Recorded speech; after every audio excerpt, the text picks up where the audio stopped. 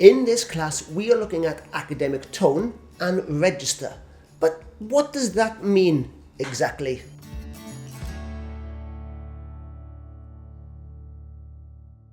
Academic tone and register is the way in which we communicate in journals, presentations, dissertations, essays, etc. It is the style in which academics speak to each other. It is the secret language of academia that we are going to learn on this course. It involves our word choices, our sentence structure, and our grammatical formations. And making the correct choices in these areas is integral to making a good impression on your reader and writing in a style that is suitable to university or to an academic scenario.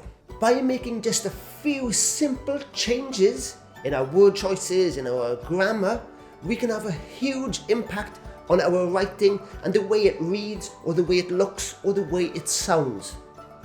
Put simply, this means that in academic writing, we should think carefully about every single word that we use. Think of essays as a painting in which every brushstroke matters.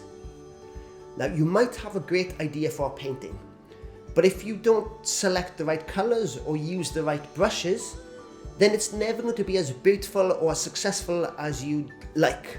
Just as a painter must choose the correct brush for each stroke, a writer must choose the appropriate tone and register with each word selection. So the first thing we're going to do is look at what are the features of academic writing and what brushes we should use, what tone we should use, and what isn't. I think the best way to do this is to look at two examples and let you figure it out. Here are two paragraphs on the impact of exercise on health. Take a look at both and tell me which of these is the most academic, and more importantly, why. In the study, I found out that it's clear that more exercise results in better physical and mental health, etc. The results of the study indicate a statistically significant correlation between physical activity and mental health outcomes. Okay, so which of those was the most academic? I'm sure that most of you picked example 2, but why?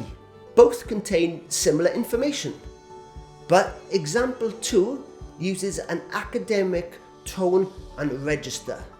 Let's find out how and why that is important.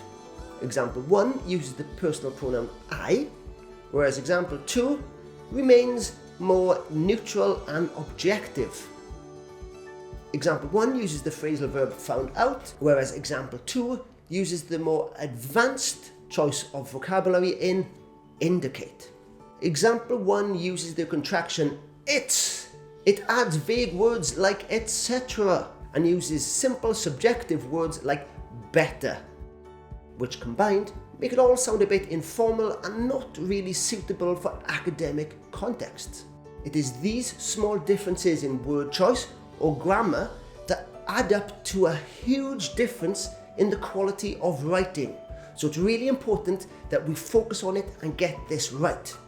Over the next hour or so, we're going to look at a number of these differences and how you can take advantage of them to give your writing, to give your essays that nice academic tone and register that we want. The first thing we'll be looking at is removal of personal pronouns. It's an almost guaranteed way of making your writing sound more objective, neutral, academic, and professional.